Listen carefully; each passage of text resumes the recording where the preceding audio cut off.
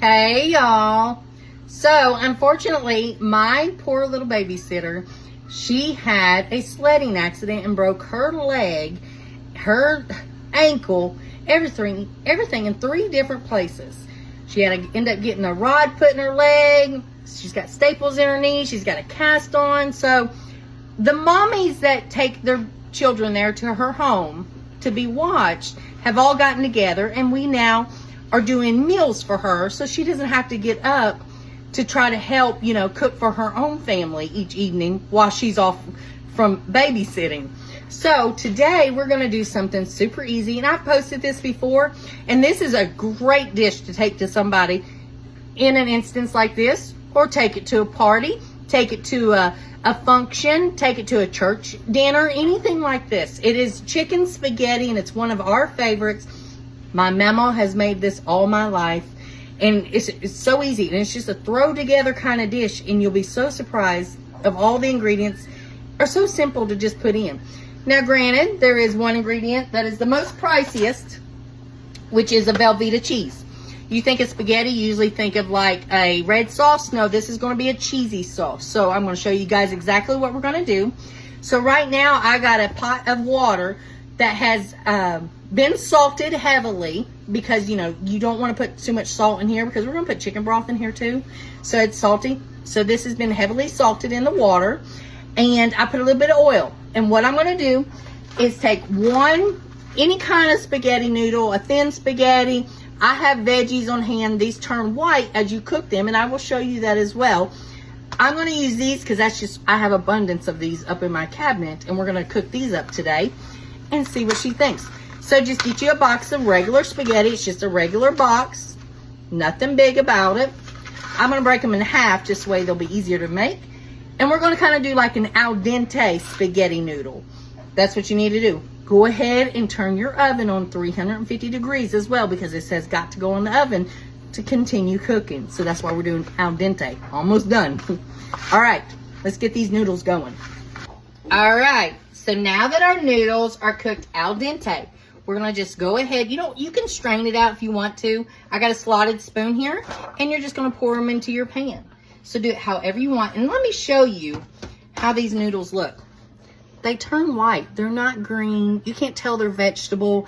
They won't bloat you as bad because they are a vegetable noodle. They taste just like a regular noodle. Trust me on this one. Get it all into your pan. All right, so it's all in our pan. As you can tell, what I went ahead and did is diced up 1 medium-sized green bell pepper and 1 medium sweet onion is what I did.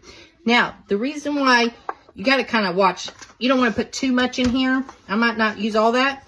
Kind of mix it up and see what you like in it. You don't want it to be too overpowering of one or the other. Just mix it up. I think that's enough. I didn't use all of it, as you can see. So we're just going to leave it as that. Now, next step, get you some black pepper, ground black pepper. Put any kind of seasonings you want in this. I always just do the black pepper, because we're getting ready to put some chicken broth in here, and it's got a lot of salt content in it, sodium. So I'm not going to do that. Get this stirred up real good. Each step, just stir, stir, stir. All right. So I took 1 whole block of the Velveeta. Okay. I went ahead and chopped it all up. Go ahead and prep that as well. Get you a whole can of rotel, juice and all. Throw it in there.